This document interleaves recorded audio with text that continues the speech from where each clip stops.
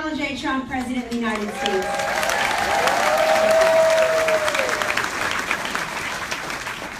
I accept invitations like this to come and say thank you and to share the credit with what was an amazing team.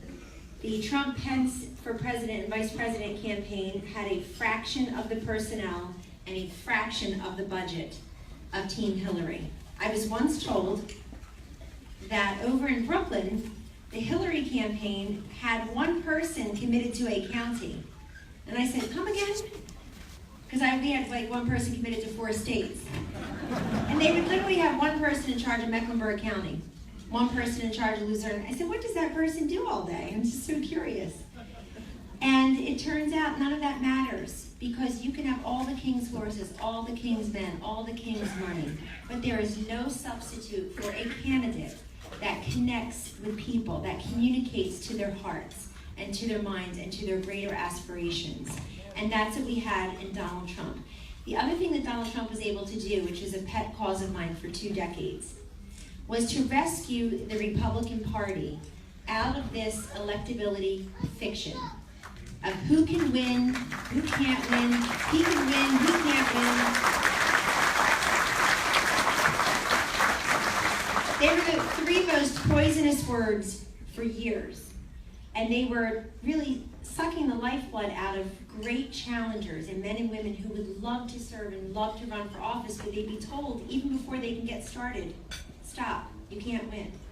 And the Democrats never listened to that. Jimmy Carter was told, what a ridiculous idea this is, you can't win. Thanks for the advice, and he ran and won. Bill Clinton was told, that's not a very smart idea. You have this woman's problem. Arkansas is the 2nd poorest state economy in the country. Thanks for the advice, he ran and was a 2-term president. Barack Obama was told, wait your turn. Hillary has got it wrapped up. Same thing we were supposed to believe 8 years later. He was told, Barack Obama was told, don't run, you can't win. Thanks for the advice, 2-term president. And so the Democrats never listened to that, and the Republicans always said, you're right, I can't win, I'll step aside. So Donald Trump took this fiction of electability and replaced it with electricity. As Laura Trump, my friend and colleague, just said, this was the election cycle where voters decided they would take their country back. And before that, Republicans decided they would take their party back. They said, I've got all these choices and all this time. Why do I have to commit? Why do I have to listen? You know who was usually telling us which Republican can win? The Democrats and the people on TV. Now, when they tell you which Republican can win, run as fast as you can away from that person, because they know exactly who can't win. But I say that to you as you look down ballot as well in future elections. Don't reverse this wonderful trend of investing in the people and the electricity rather than giving in and leaning into this fiction of electability. Voters don't ask who can win, they ask who can lead. And their definition of leadership is very different than the definition of who can cross the finish line. They want to know who is going to look out for their pocketbook and personal liberty issues. They do want Obamacare repealed and replaced with something better and more affordable.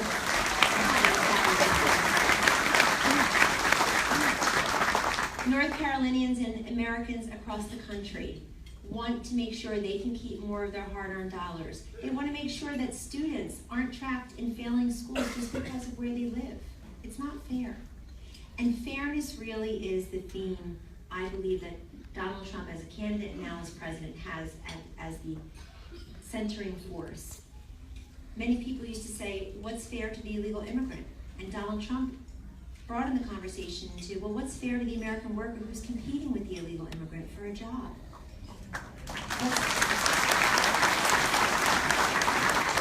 He's saying, what's fair to that student that I just mentioned? He's saying, what's fair to the hard-working men and women in this state and elsewhere who leave every morning at dawn and come home after dusk, work hard, and half of the money goes right out the door?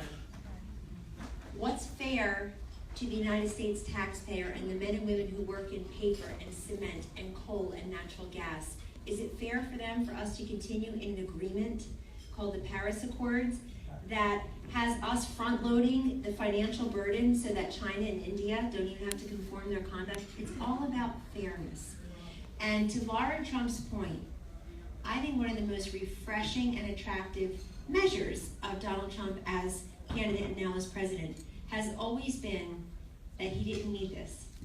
People looked at that and said, he's got somewhere else to be, somewhere else to go, something else to do. And it's been an enormous sacrifice that those of us blessed enough to know the family and to serve in this administration have seen firsthand the enormous sacrifice of President Trump, of our First Lady, of the entire Trump family. And pray for them every single day, because it's not always made easy, but it's always worth it. Before I sit down with Chairman Hayes, I also wanted to say to you, to encourage each of you really, that the best thing I think you can do is, short of running for office yourselves, and please do, I never would, please do, is to have a 7-second version, a 70-second version, and a 7-minute version for whomever will listen to you. Create the opportunities to tell them, why am I a Republican? Or why do I believe? Why do I support this president's policies, this administration's goals? Tell people, because the best ambassadors out there are you. People see you and they say, you're like me, and I like you. And that is absolutely the best way to bring more people into the movement. This is not a classic political party. This is not a traditional campaign. It's a movement where people like those in Robeson County, which went here, Robeson County, plus 16.5 for President Obama in 2012, plus 4 for Donald Trump in 2016.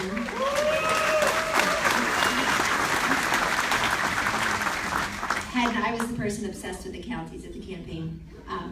All 62 of them, not one of them. But in Robeson County, you see a great example right here in North Carolina of the forgotten man and the forgotten woman standing up and saying, you know what? Our jobs, our manufacturing, our textile base have suffered. They have cratered, they have been eroded. Thank you for standing up and speaking on our behalf. Robeson County had not elected a Republican president since 1972. Had not elected, I believe, a Republican state senator or representative since Reconstruction or so. So this is transformative. By the way, that's not a squeaker. That's decisive. That's people voting on issues, not individuals.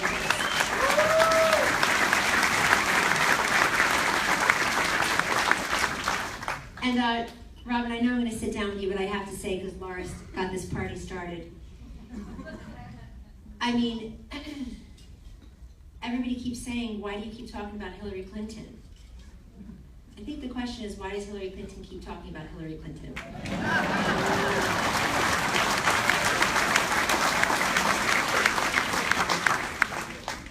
There are many, many, many reasons why Hillary Clinton lost. But first and foremost, you simply cannot run without a compelling, persuasive, uplifting, optimistic message that makes people feel they're inspired and included. So carry that forward with you. Thank you very much for having me, and now we're on with the main part of the interview.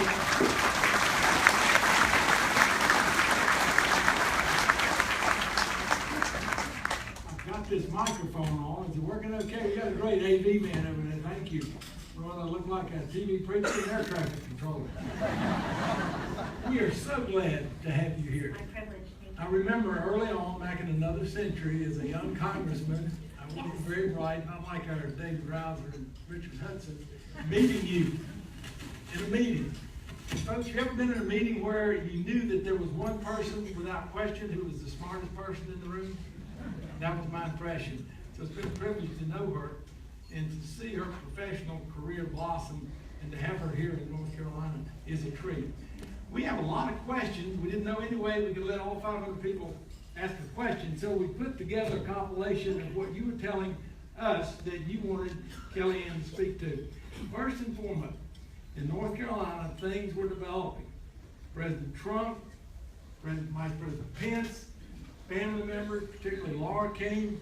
What did you see as the campaign developed that gave you the chance or the opportunity to create leverage for that campaign here in North Carolina? It's a great question, Robin. And North Carolina was a very unique case because obviously President Obama, then Senator Obama, won North Carolina by 14,000 votes out of 4.3 million cast in 2008, and didn't really compete in North Carolina in 2012, and it was the only one of the 8 or 9 swing states that Governor Romney actually won.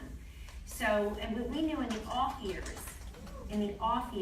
that North Carolina was electing Republicans, that you had Tom Tillis defeat Kay Hagan in the last Senate election 2 years earlier,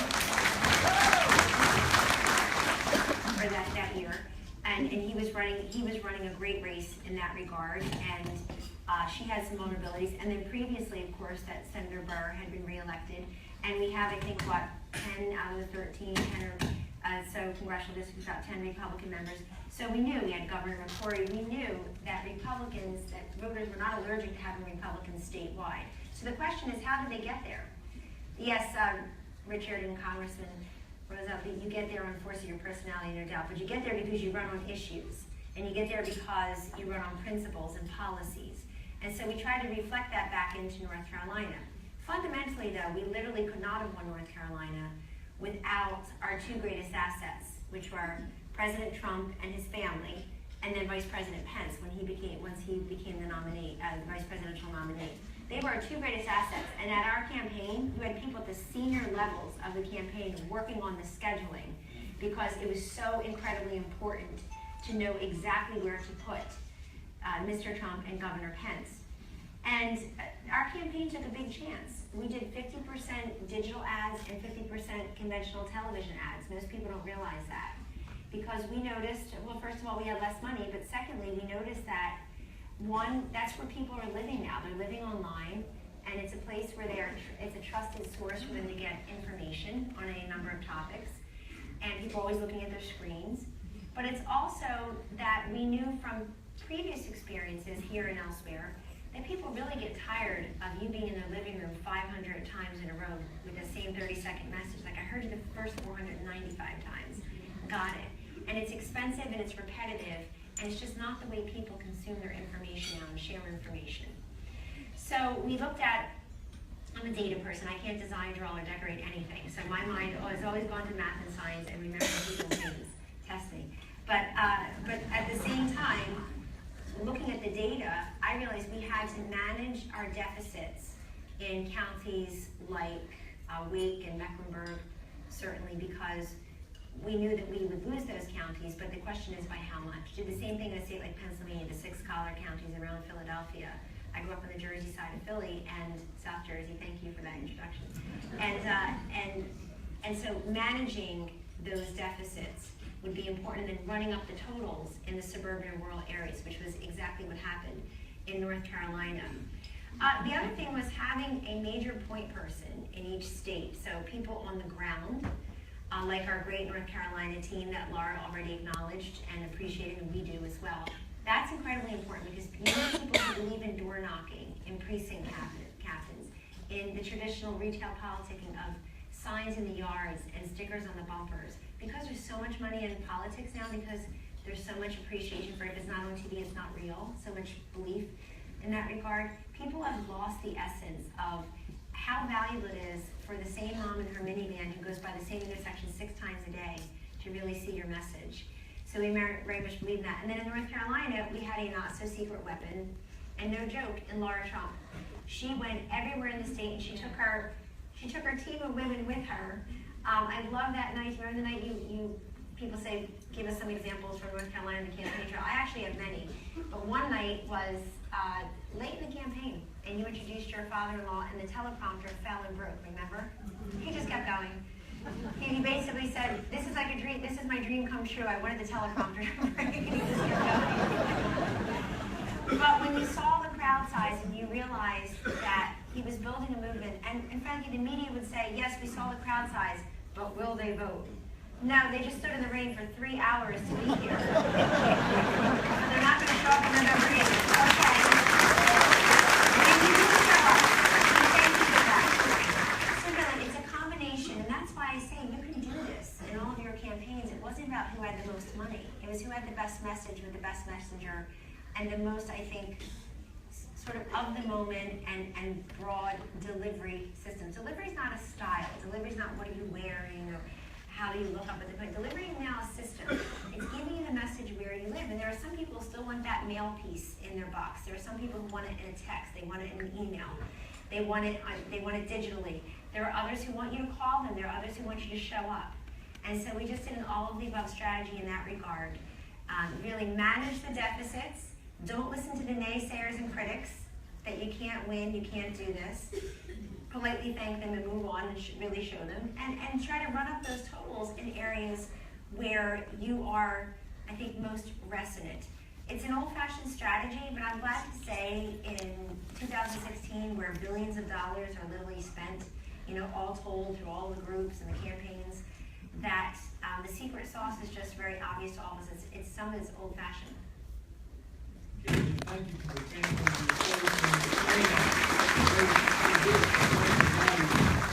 Here's the question of the century. Well, how are you going to answer it?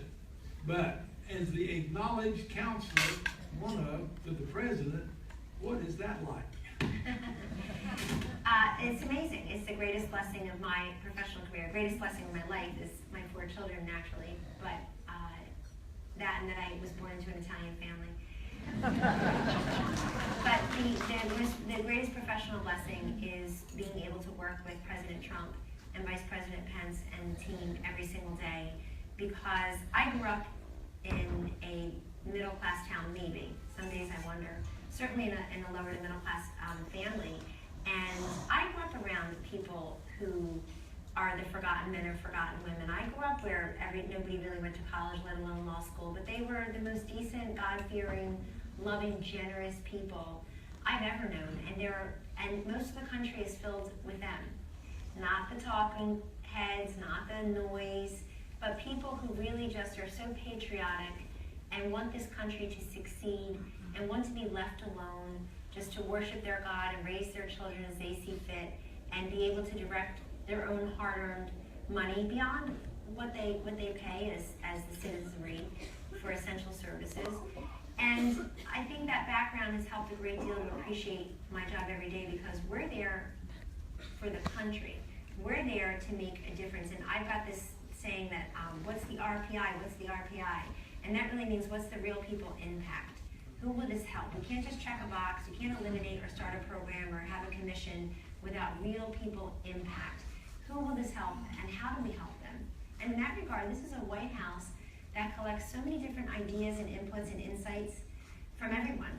We've had coal miners in there and small business owners. The president has met with the top CEOs and big brains of the country, and he's had over 20 bilateral meetings in the White House. Just came back from a 9-day foreign trip where he, really, I think, just did an unprecedented job of meeting.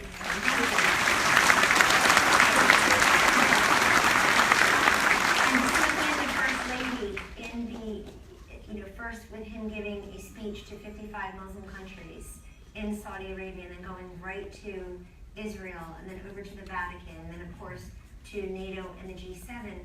And just those 5 major stops shows you a man who is receptive to improving America's standing in the world, but also always reminding them that, as he said the other day so eloquently, he represents Pittsburgh, not Paris, recognizing that we are part of the global construct, of course, but that his first duty is to America and Americans and her interests and her allies.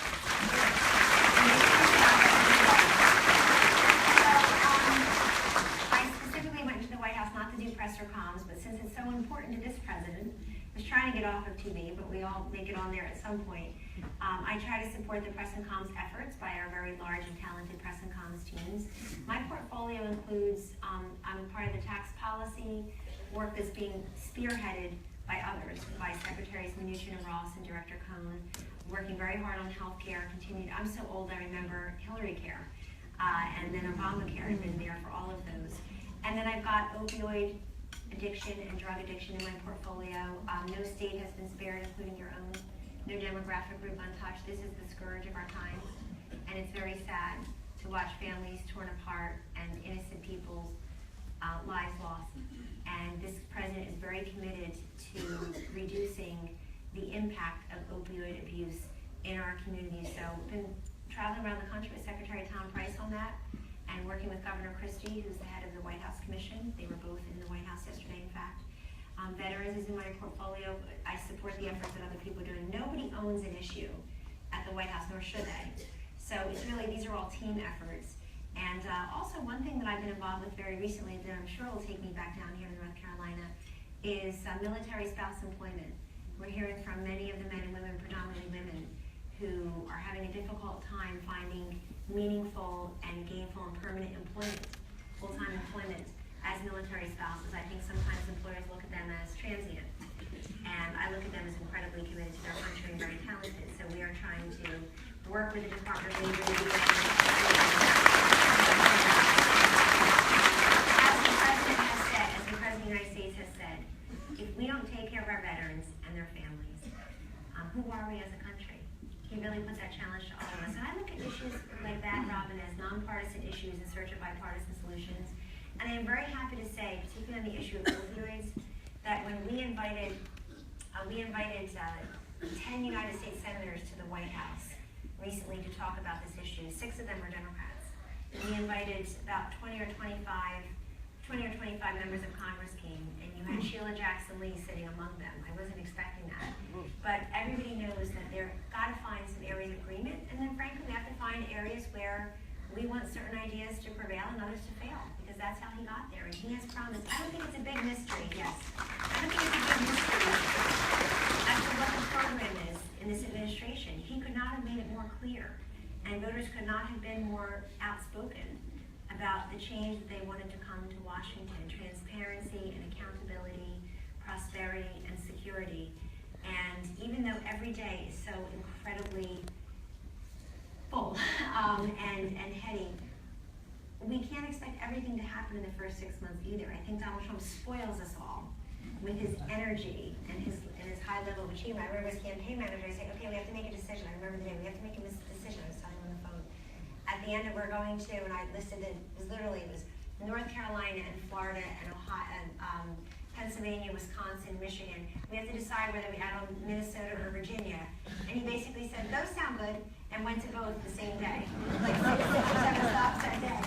And that's how he is as president. My whole life, I prided myself on being able to outwork anybody. And I have so met my match. Nobody outworks him.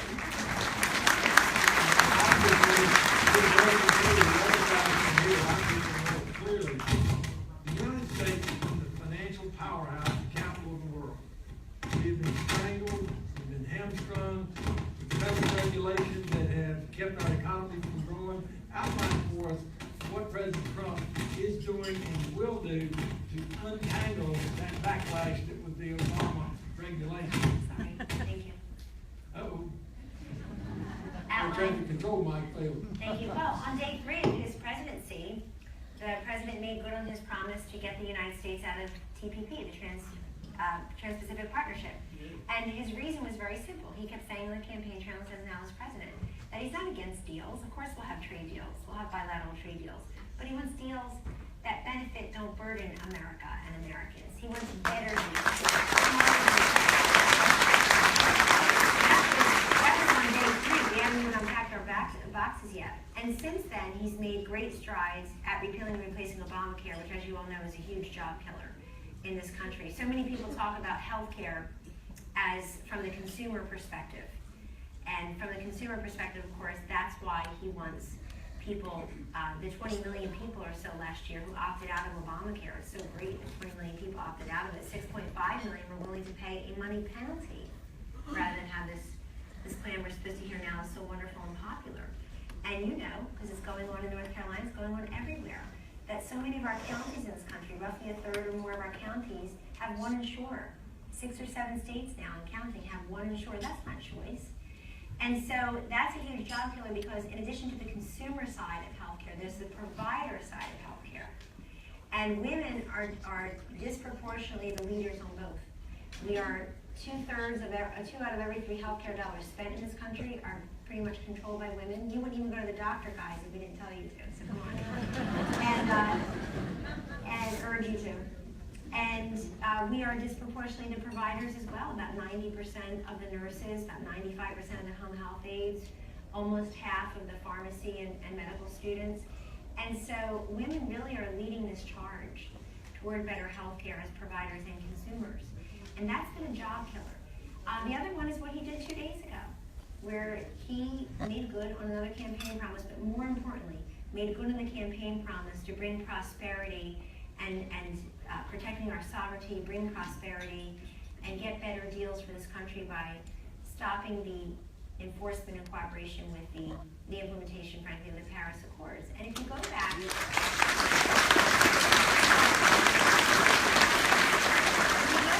listen to, sorry, I'm right-handed, so I'm always that way.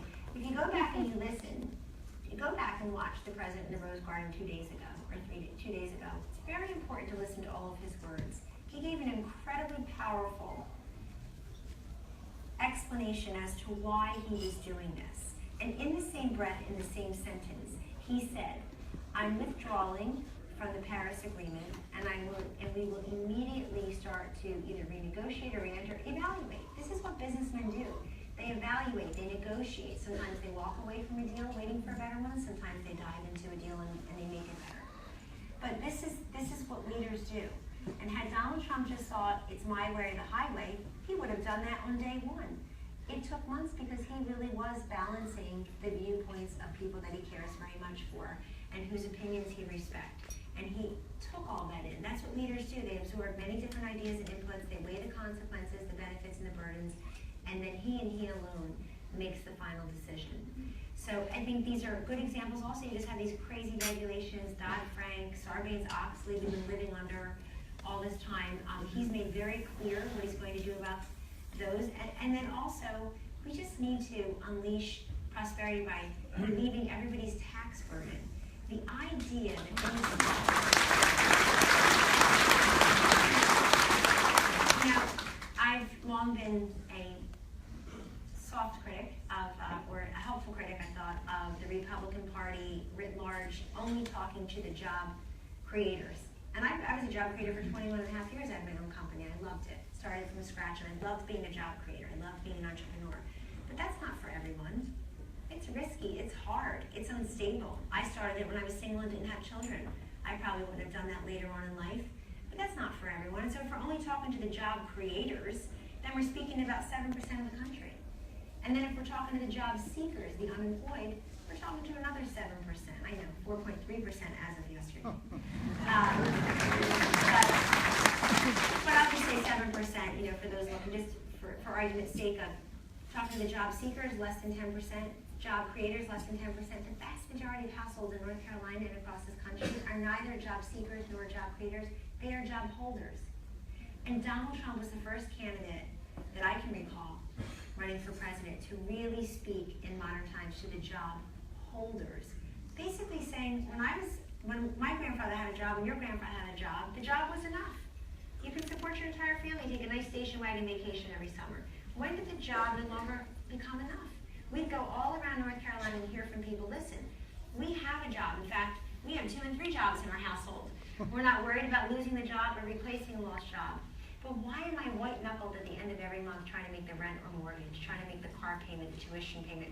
Why am I struggling to decide whether grandma could move in or we can help her afford long-term care? Why can't I put my child in a better school? Why do we come up short? We're working.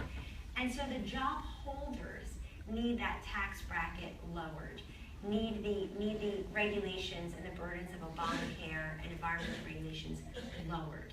And now, if you're in a specific industry, like coal, you're in cement, paper, you've already had so many regulations stopped or rolled back. And they've been to the White House, tearfully thanking this president, passionately thanking this president for his leadership and for his action. So help us on the way. Imagine if Donald Trump gets his way as president, and you have a 15% bracket for small business owners in this country. I've been thinking about that as a former small business owner. Imagine what you could do more of that money and reinvest it. Imagine all the would-be entrepreneurs who for the last 8 years have put their American dream on the shelf. They will come back out and will say, I think I can convert my hobby or my talents into a full-blown small business enterprise. I'm going to give that a chance. You know what we hear from people, particularly female small business owners, they're even more of a worry than access to capital, access to clients, access to talented workers, is access to being able to afford quality health care and that tax burden, because they're left with very little for all the hard work. So all of that put together, knit together, will be, I think, greater prosperity for many Americans and retaining our strength in the world as the financial capital. Unquestionably, and also, President Trump had citizens of Princeville, Edgecombe County, who had terrible flood damage, Christian school from Concord, so he's covered Concord, Charlotte, beg your pardon, Mecklenburg. Anyway, next question. President Trump has suffered unprecedented attacks from the drive-by media.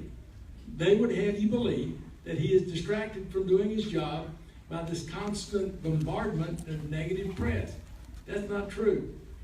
It's not true. He's not distracted at all. In fact, we know the difference between noise and news. And we know that many of the same people attacking him neither wanted or, keyword, expected him to be the president. They just didn't prepare anybody for the possibility that the other one of the two candidates in what they had called a divided country could actually win. And I was just looking at I love to carry around on my phone pictures of the last polling numbers by the mainstream media before the election results. Boy, those are doozies. Talk about junk science.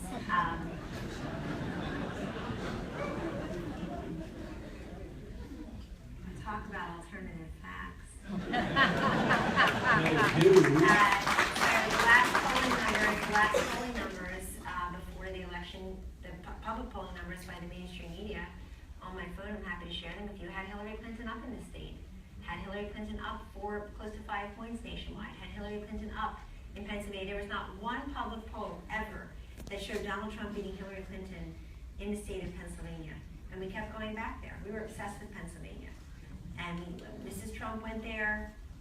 All of the adult children went there. Tiffany had just graduated from Penn. There she was doing a 3-day tour in Pennsylvania. So we were obsessed with it because we saw the message was working. And the polls are one thing, but the polls all underreported what they're underreporting now as a media, which is the enthusiasm and the prayerfulness and the encouragement of this president to do well and to succeed on behalf of all of us. They undervalued you then. They're undervaluing and I think underemphasizing his support now. It's not distracting. I think it bothers me for one simple reason, that at least I was raised in a very non-political household of 4 adult women, and I was raised to always respect the office of the presidency and its current occupant, no matter who it is, and to pray for that person.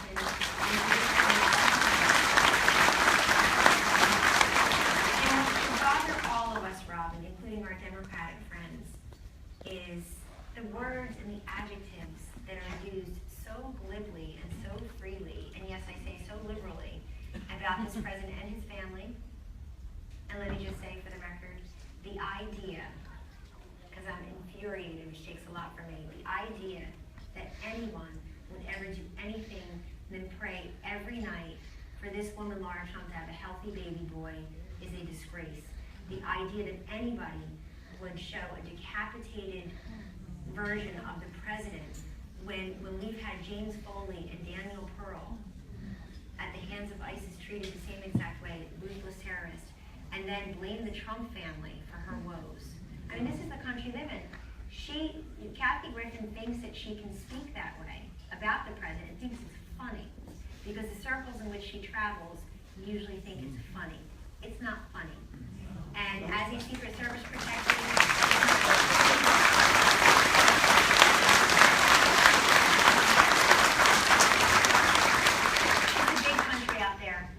big country out there, and there are tens of millions of people who support the president's, and hundreds of millions, over 100 million who support the president's agenda, support the country, wanting to succeed. And before people start pulling up the approval ratings and discounting that number, let me just help you out here for a moment. I wrote an article 18 years ago that I probably presented in one of those meetings where we were, called The Unbearable Lightness of Approval Ratings. I'll tell you which numbers, so I will say that when they're up, and I'll say that when they're down. What matters is how people feel about the economy, how they feel about their safety and prosperity. And if you look at all the confidence numbers, they're way up. Consumer confidence, way up. Small business formation and expansion confidence, way up. Home builders confidence at a 12-year high. Manufacturing confidence went from 56.6% a year ago to 93.3% this year. That's not around the edge. We have the lowest unemployment number since 2001, 16 years, 4.3%. We have more jobs added as of yesterday, and the jobs up in industries like drilling and coal. And that's very important because those are the industries that the president committed to help, and those are the industries that he has been helping. So you see the net effect of that even right away in these, before we've been 5 months on the job. A couple quick stories about achievements that the press has missed in their coverage.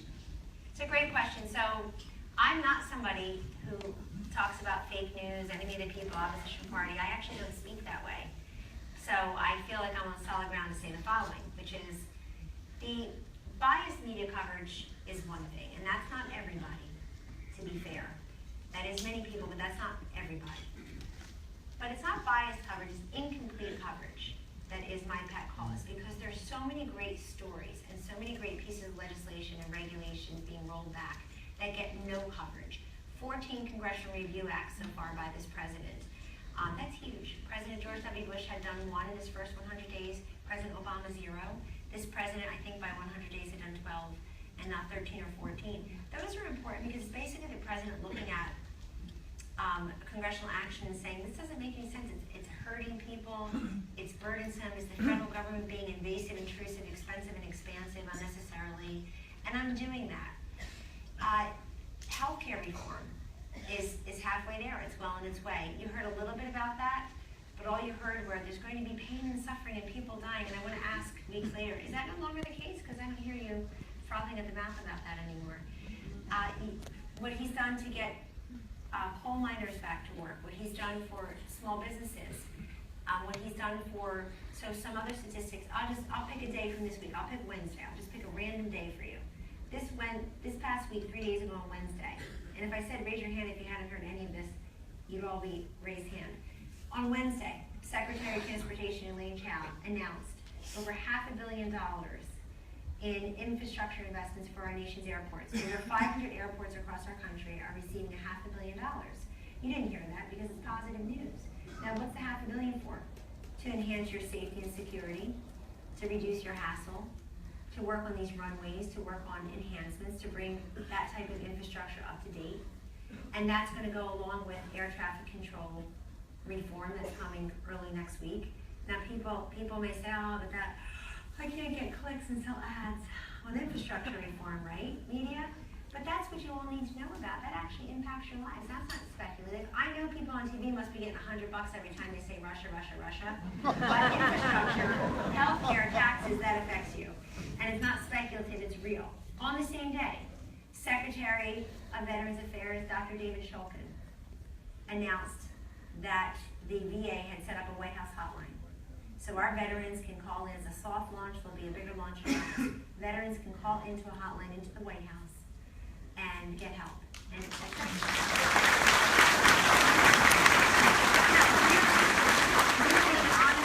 and you wanted to write a story about the Veterans Hotline this week, you would have to then say, oh, and this is the latest reform measure by President Trump, who also, about 6 weeks ago or so, signed into law the Veterans Choice Act. And the Choice Act means that veterans who cannot access timely and quality care through the VA, and most do, that they can go into the private sector to access it. They also will have a better portal. And we're working on better portals because we find that much of the government can't talk to each other. There's all these different programs. And that's something that Jared Kushner has been working on, is getting the government to be more efficient and talk to each other more crisply. And then they also would have had to say that he also went to the Veterans Administration about 3 or 4 weeks ago and announced another big measure. But the fact that you don't know that doesn't mean you're not paying attention. It means nobody's telling you because it's positive news. And it's one thing, I think the opposite of negative is not just positive. The opposite of negative is relevant. And we need to know it's relevant because I'm sure some of you in this room are thinking right now that I said all that, You're thinking and you're picturing neighbors and friends and relatives and colleagues and acquaintances who can benefit from these measures and who probably also don't know that these measures are taking hold. So that's my whole point about being the best ambassadors. And then on that same day, you had our OMB director, Mick Mulvaney, talk about some of the implications of the latest budget and who will benefit from the latest budget as well. So it's just picking one simple day where you heard none of that because it's positive news. Thank you. Heading down the home stretch, there is a room full of people here that love, appreciate, and support the president. As a professional, give us your best advice on what we can do to support our president against this onslaught of whatever you want to call it. Well, first is don't repeat it, don't believe it, and don't buy into it. Don't even lean into it. The minute that you kind of tilt your head and shrug your shoulders and crinkle your nose like, you've given into it. You have to stay strong. Remember how strong you were 6 months ago, 16 months ago, 18 months ago. Stay strong. You came this far. You can't let it get undone by people, who are naysayers and critics who don't want him to be president in the first place, and who frankly don't even support the agenda. Don't know anybody who owns a firearm. Don't know anybody who's pro-life. Don't know anybody who's wants their taxes reduced or cares. Doesn't know anybody who thinks there may be a better way for us to balance environmental protection and economic growth than this nonsense deal that was poorly negotiated. If it were so great, then maybe the last president would have presented it to the Senate for ratification. But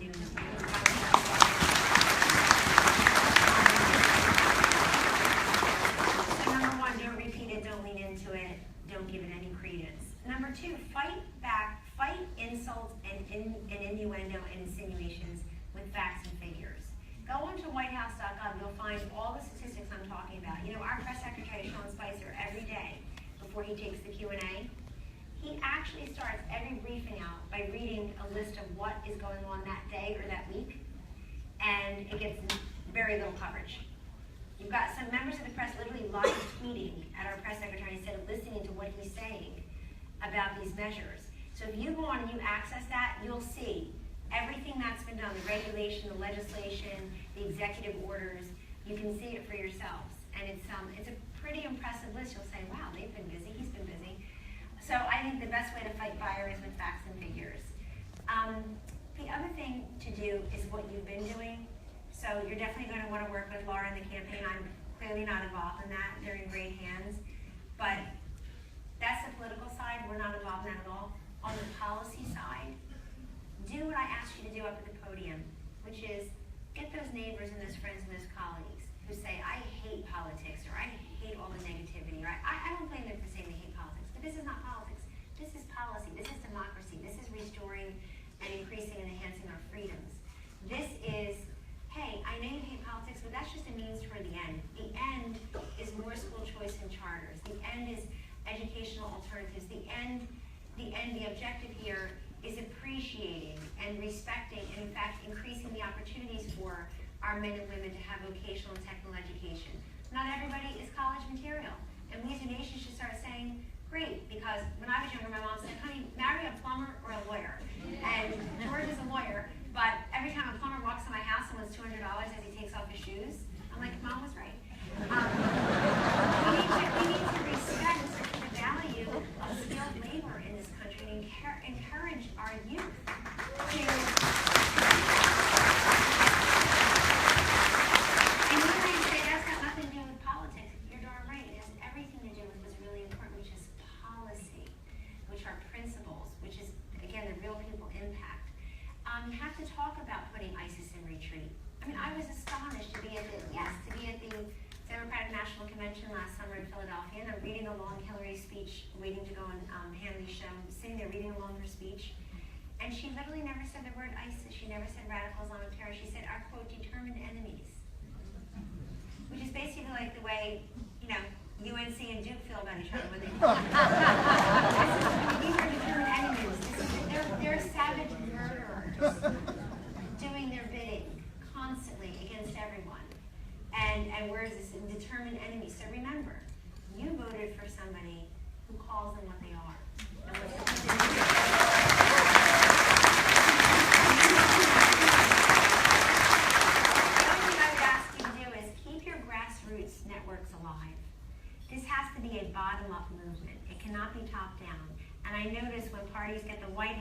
say, all right, we got it all now.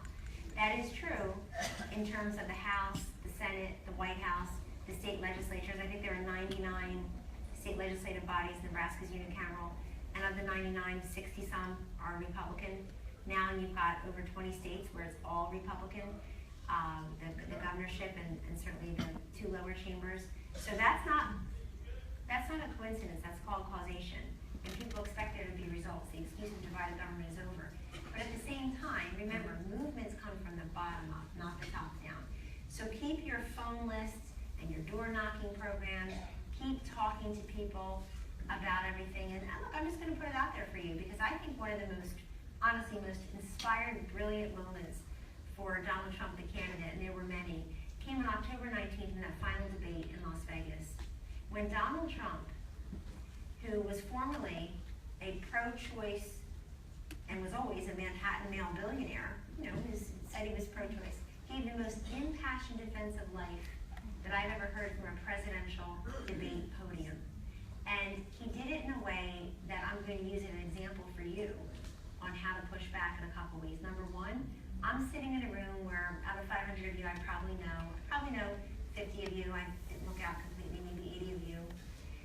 And God bless you all, but I guarantee you in this room right now, there are pro-lifers and there are pro-choicers. I guarantee you, I just know it. And I know it because you belong to the Republican Party. And so you're welcome here.